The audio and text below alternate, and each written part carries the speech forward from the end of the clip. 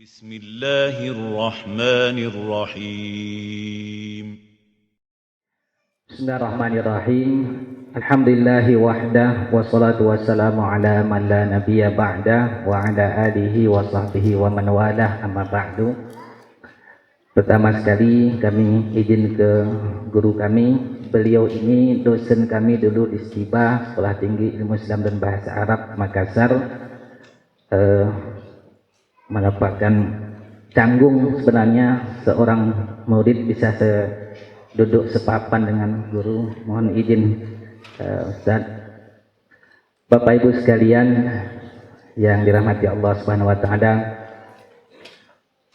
tidak harus sama karakter kedua pemateri, apalagi antara guru dengan murid tidak harus sama. Kalau tadi Ustadz berdiri, kami memilih lebih santai duduk dan itu tidak kelihatan groginya. Kalau berdiri nampak nanti. Bapak Ibu sekalian, ayah bunda yang dirahmati Allah Subhanahu wa taala, telah kita dengarkan materi dari Ustadz kita. Ini kalau diibaratkan laga tinju, ini bapak-bapak juga babak belur ini. Ya, dihabisi materi pertama, khususnya bapak-bapak yang tadi tidak pulang-pulang ke rumah. Bapak-bapak yang tidak pulang-pulang ke rumah atau pulangnya lebih sedikit porsi tinggal di rumah dibandingkan dengan luar rumah. Sedangkan pemateri kedua ini, wahai ibu, jadikan rumahmu penuh cinta. Pertanyaannya, adakah suami tidak betah tinggal di rumah? Ada enggak? Adakah bapak tidak betah tinggal di rumah bersama anak-anaknya? Ini perlu berdiri juga nih kayak ini. Hah? Bapak-bapak nih jawab dulu. Ada enggak kira-kira suami tidak betah tinggal di rumah bersama istrinya? Bapak-bapak, ini punya istri semua ya? Ada yang punya istri? Ada. Pertanyaan sederhana, adakah kira-kira suami tidak betah tinggal di rumah? Jawabannya bisa dari dua sisi. Kalau idealnya tidak mungkin suami tidak betah tinggal di rumah, itu idealnya. Sementara realitanya ada suami yang lebih hobi di kedai kopi, sebagaimana disebutkan tadi. Setiap ke kedai kopi ada saja bapak-bapak di sana. Konsep idealnya tidak mungkin ada suami lebih betah di luar rumah daripada dalam rumah. Pada kenyataannya ada. Kira-kira ibu-ibu, apa penyebabnya? Apa kira-kira penyebabnya? Ini kita bertanya saja ini. Tadi konsep ideal, tidak mungkin suami betah tinggal di luar rumah jauh dari istrinya, itu tidak mungkin konsep ideal. Kenyataannya ada suami lebih banyak porsi waktunya di kedai kopi daripada di rumah. Apa kira-kira penyebabnya, wahai ibu-ibu? Laki-laki tidak menjawab, ibu-ibu juga tidak menjawab. Ini apa? Mau jadi nonton saya di sini? Dah selesai pembahasan kita. Dah cukup. Nah, jawabannya ini ibu-ibu, karena istri tidak menghadirkan cinta. Benarkah demikian? Baik, kita lanjut. Silakan Pak Moderator. Ya. Ini fungsi ibu dulu. Ada lanjutannya, ada? Ya. Lagi? Oke. Dalam keluarga, ibu itu posisinya sebagai manajer operasional cinta. Ya. Sedangkan posisi ayah sebagai apa? Nih, silakan. Ya, merupakan perpanjangan tangan dari manajer utama. Apa bedanya manajer operasional dengan manajer utama? Kalau sekarang saya posisinya manajer operasional travel Namerah. Ini sekaligus iklan ya. Ada manajer utama saya. Kalau posisi sekarang manajer operasional. Apa bedanya? Silahkan Pak Moderator dilanjutkan. Bedanya kalau manajer utama menentukan kebijakan. Tadi suami idealnya itu menjadi penentu kebijakan di rumah, termasuk menentukan kebijakan cinta, membuat konsep. Kalau suami tidak punya konsep dalam rumah tangga, maka inilah yang disebut dengan keluarga bagaimana Ustaz? Ada angin timur dia pergi ke timur, ada angin barat dia pergi ke barat, tidak punya pendirian. Nah, ayo, tidak punya pendirian. Maka yang menentukan konsep ini suami. Lalu untuk mengoperasikan konsep yang telah digariskan oleh suami, inilah ibu, inilah istri. Perbedaan manajer utama dengan manajer operasional. Dilanjut. Tugas utama manajer di rumah tadi. Pertama, tugasnya adalah mendidik anak yang soleh. Menarik sekali yang disampaikan oleh Bapak Dewan tadi. Sudah cukup sebenarnya ketika Ibrahim alaihissalam meninggalkan anak beliau Ismail tadi, ternyata seorang istri ini bisa mendidik anak yang tidak saja jangan nakal ketika berada di pesantren, tetapi lebih dari itu disembelih pun siap. Oh, ibu. Luar biasa. Kemudian yang kedua apa? Menjadi istri solehah.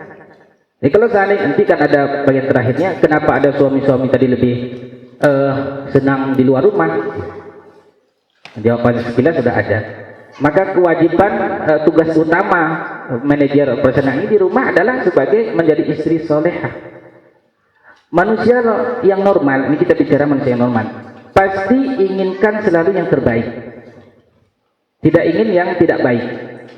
Kalau seandainya di rumah kita lebih baik dari di luar rumah, lalu ada juga suami yang milih di luar rumah, mungkin itu tidak normal.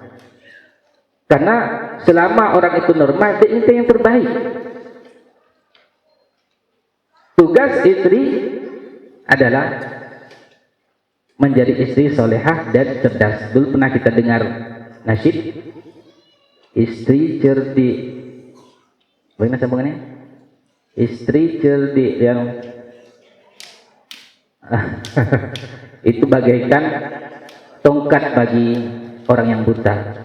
Bisa kita bayangkan kalau orang buta tidak bisa melihat, lalu tidak punya tongkat, berat untuk dia berjalan. Istri cerdik dan solehah. Kemudian yang ketiga, tugasnya menciptakan suasana baiti jannati, surga. Surga kita selalu ketika mendengar kata-kata surga, kita akan teringat keindahan di situ. Kita akan ingat kenikmatan. Bagaimana agar suami-suami tadi lebih nyaman, lebih senang tinggal di rumah daripada di warung kopi, jadikan rumah kita menjadi surga. Ya. Kopinya lebih enak daripada kopi di luar. Apalagi masakannya lebih enak daripada masakan di luar.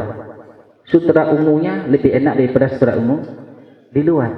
Kalau itu apa itu? Sutra ungu. Kalau itu bisa dihadirkan oleh istri, selama suami itu masih normal, pasti dia akan memilih yang terbaik. Dia akan memilih yang paling.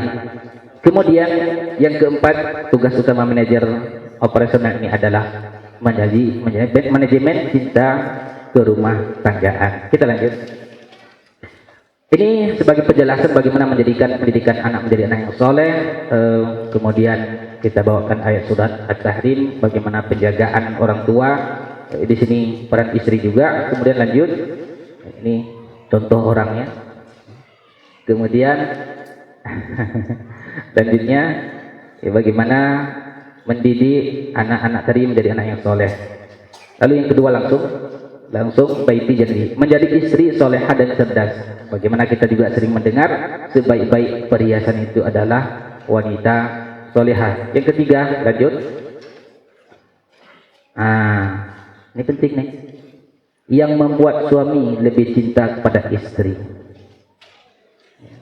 Khidmat DSK. Apa itu? DSK. Jangan dilanjutkan ya, biar penasaran. Nyabat. Khidmat dapur, sumur, dan kasur. Kalau tiga ini bisa dihadirkan benar-benar melebihi dari luar rumah, yakin suami kita bukan saja tidak betah di rumah, nempel kayak perangko. Setuju, Ustaz? Pertama, kita lihat khidmat pada dapur. Bagaimana nih? Dapur ini identik dengan kelezatan masakan. Seharusnya istri-istri itu tersinggung kalau suaminya lebih senang makan di warung Padang daripada di rumah. Tersinggung. Kenapa suami saya lebih senang masakan istri orang daripada saya sebagai istrinya? Ada apa ini? Ibu-ibu, pernah ini merasakan suami kita lebih senang masakan istri orang daripada kita? Pernah merasakan? Nah, bagaimana supaya lidah istri kita ini tidak menoleh ke masakan istri orang? Solusinya? Perbaiki masakan. Betapa ya? Jangan sikit-sikit Umi gojek. Padahal Masya Allah. Nah ini yang pertama, masalah dapur itu ibu-ibu, istri-istri jangan disepelekan. Dan binalah, bangunlah dalam diri kita merasa ketersinggungan selalu kalau suami sedikit-sedikit mengajak ke warung nasi. Tersinggung kita. Kalau tidak tersinggung, sudah takbir saja 4 kali, mati itu. Ya, takbir 4 kali, Allahu Akbar, salat jenazah. Masa kita nggak cemburu sih? Istri orang masakannya disukai oleh suami kita, cemburu. Nah, meskipun di sini tentu kadang-kadang ya ada sebahagian mungkin wanita tidak diberikan kelebihan untuk memasak, bisa juga mencarikan solusi yang lain. Itu solusi yang tidak utama, tidak bukan yang pertama. Kemudian yang kedua tentang sumur. Sumur ini identik dengan keindahan. Kalau bahasa sebahagian yang kita kenal dengan estetika. Ini pun para istri. Kalau ini saya masuk tadi, kalau sutra ungu kita lebih bagus dari sutra ungu orang, tidak mungkin suami kita berpaling kepada yang lain. Setuju, Ustaz? Harus setuju, Ustaz. Nah, bagaimana mungkin semangat suami kita pulang ke rumah sudah lelah-lelah, capek-capek di kantor di tempat kerja, sampai di rumah dijumpailah istri dengan berlumuran bawang putih. Hilang don semangat. Gak bersih. Dilihatlah rumah-rumah kita sedang berantakan. Karena ini dulu pernah kita bahas bagaimana tipe orang. Sebahagian pasangan itu tipenya visual, dia sangat mudah sekali memahami, sangat tidak siap melihat kalau rumah berantakan. Dia tidak siap.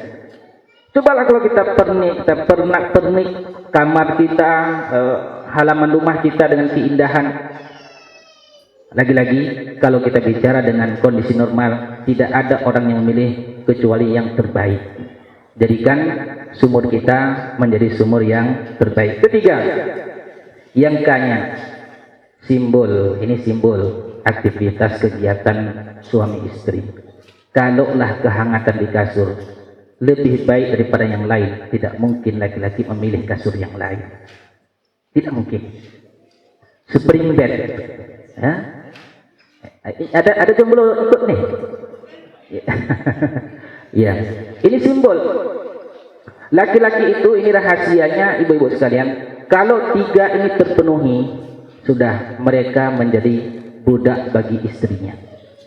Kalau 3 ini terselesaikan, sebaliknya 1 dari 3 ini tidak dapat diselesaikan, maka boleh jadi menjadi sebab kenapa suami-suami lebih banyak nongkrong di kedai kopi. 1 dan 2 ini masih bisa. 1 dan 2 masih bisa kita wakilkan.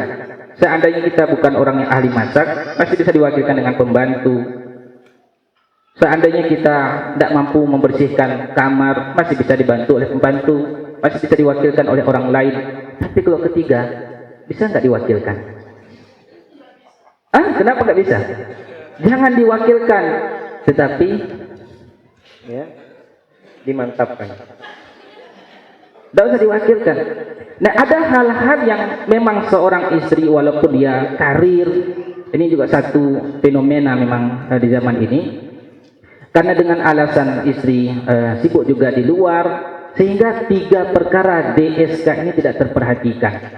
Kalau kita ingat ulang lagi, kalau 1 dan 2 dapur dan sumur mungkin bisa diwakilkan. Tapi untuk permasalahan ketiga, curahan cinta sejati itu nggak bisa diwakilkan kepada pembantu. Tolong sampaikan curahan cinta sejati saya kepada suami saya, nggak bisa. Coba Bapak Ibu sekalian, ketika Rasul Shallallahu Alaihi Wasallam dalam keadaan menggigil ketakutan di Gua Hira, rasa takutnya luar biasa, didekap oleh Jibril, Iqra, ma ana biqari, nggak bisa. Pulang ke rumah dalam kondisi ketakutan, nggak pernah seperti itu takutnya beliau. Siapakah yang menjadikan beliau terhibur? Allahu Akbar. Ketika suami kita sedang dibentak-bentak atau baru dimutasi di kantor, datang ke rumah, "Ati dimutasi?" "Iya." "Cerai." Sudah di rumah, di kantor tadi sudah habis-habisan marah, dibully oleh teman-temannya, sampai di kantor pun tidak ada kenyamanan didapatkan. Kemana larinya? Syukur kalau masih di kedai kopi dan minum. Tapi kalau lari lebih dari itu, lari ke prostitusi, lari ke narkoba, na'udzubillah.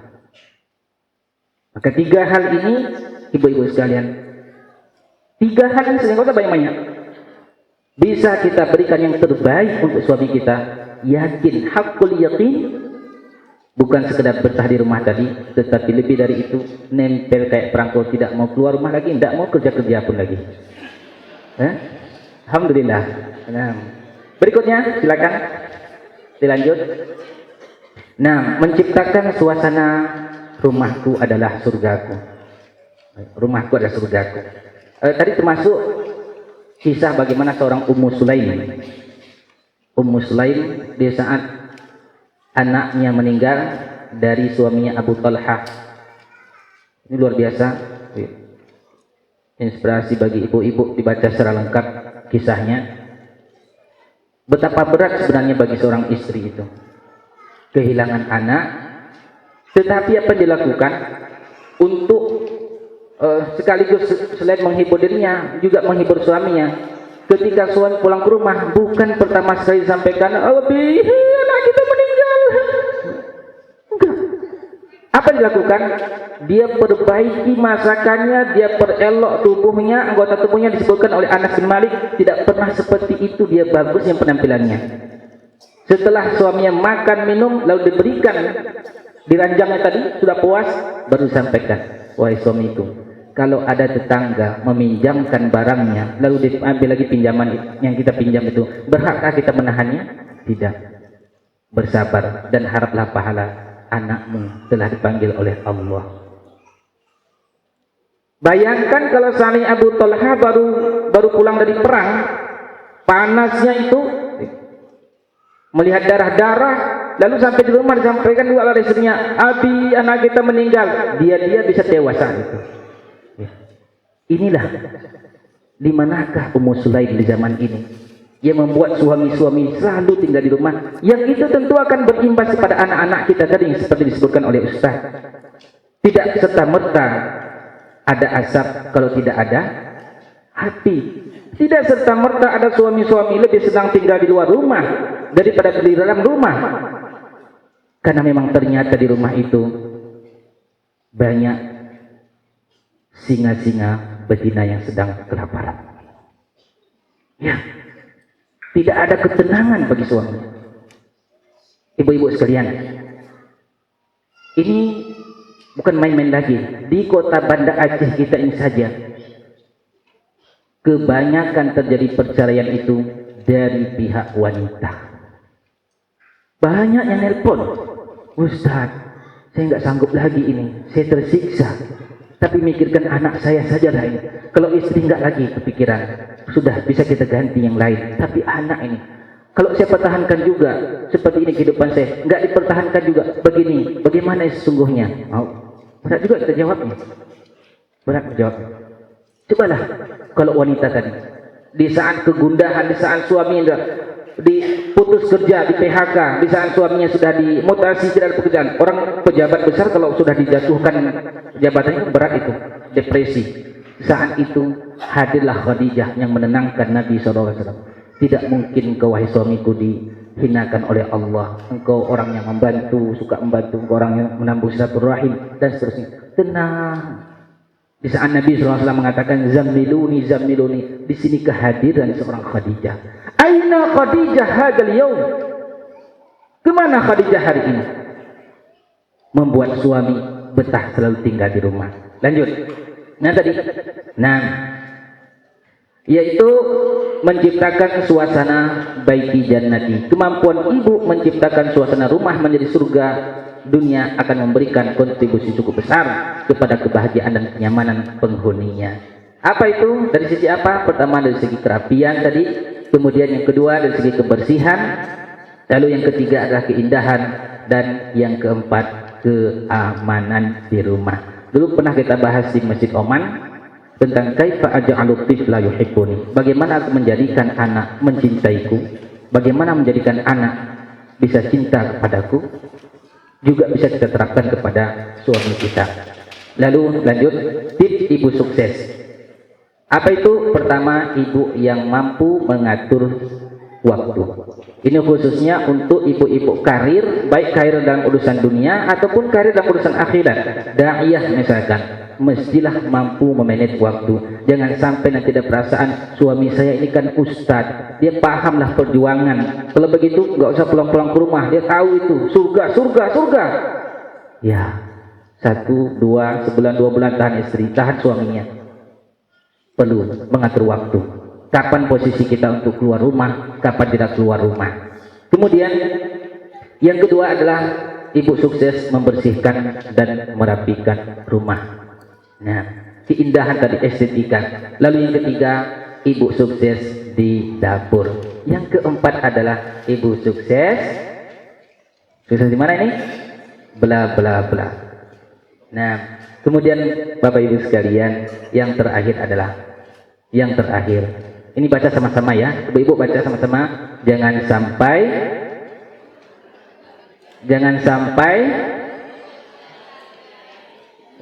sampai rumput tetangga lebih baik. Kalau itu bisa kita hadirkan di rumah, insya Allah, wahai ibu, jadikan rumahmu penuh cinta. Demikian, mudah-mudahan ada manfaatnya. Sebelum kita duduk, kami kembalikan ke moderator. Silakan terakhir, si next terakhirnya sebelum kami serahkan. Nah, wahai ibu, jadikan rumahmu penuh cinta. Terima kasih. Baik.